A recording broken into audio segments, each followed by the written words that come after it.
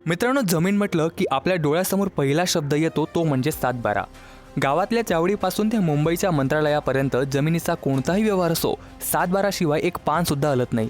जर तुम्हालाही तुमच्या जमिनीचा मालकी हक्काचा हा पासवर्ड सोप्या भाषेत समजून घ्यायचा असेल तर आजचा हा व्हिडिओ शेवटपर्यंत नक्की बघा.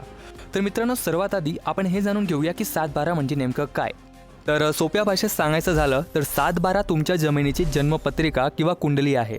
जसं आपला आधार कार्ड असतो तसाच हा जमिनीचा एक कायदेशीर पुरावा असतो. महाराष्ट्र सरकारच्या महसूल विभागाकडे गाव नमुना 7 आणि गाव नमुना 12 असे जमिनीच्या नोंदी ठेवलेल्या आहेत, म्हणून याला 7/12 असं म्हणतात.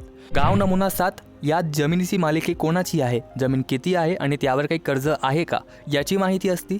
तर गाव नमुना 12 यात जमिनीचा वापर कशासाठी होतोय, त्यात कोणती पिके घेतली जातात आणि सिंचनाची सोय आहे का याची माहिती असती. जेव्हा तुम्ही 7/12 हातात घेता तेव्हा तुम्हाला त्याच्यात गट नंबर किंवा सर्वे नंबर, हा जमिनीचा ओळख क्रमांक दिसेल, जमीन किती आहे याचं एकूण क्षेत्रफळ तुम्हाला दिसेल, मालक जमिनीवर सध्या कोणाचा अधिकार आहे या मालकचं तुम्हाला नाव दिसेल, जमिनीवर भरावा लागणारा कर म्हणजे आकारणी ते तुम्हाला तिथं दिसेल, आणि जर जमिनीवर बँकेचं कर्ज असेल तर त्याची नोंद देखील तिथे असते.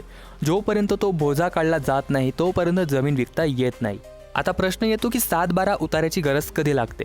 तर 7/12 उतार्याची गरज जमीन खरेदी विक्री करताना मालकी हक्क तपासण्यासाठी, पिकावर किंवा जमिनीवर कर्ज हवे असल्यास बँक कर्ज घेण्यासाठी, जमीनचा वाद असल्यामुळे पुरावा म्हणून न्यायालयीन कामात, आणि सरकारी योजनांचा लाभ घेण्यासाठी जसे की नुकसान भरपाई किंवा अनुदान सारख्या गोष्टींसाठी 7/12ची गरज लागते. तर मित्रांनो, आय होप आता तुम्हाला 7/12 या शब्दाची भीती वाटणार नाही.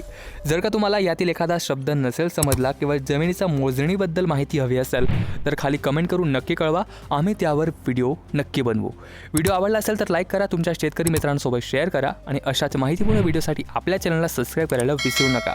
भेटूया पुढच्या व्हिडिओमध्ये. तोपर्यंत जय हिंद, जय महाराष्ट्र, जय श्रीराम.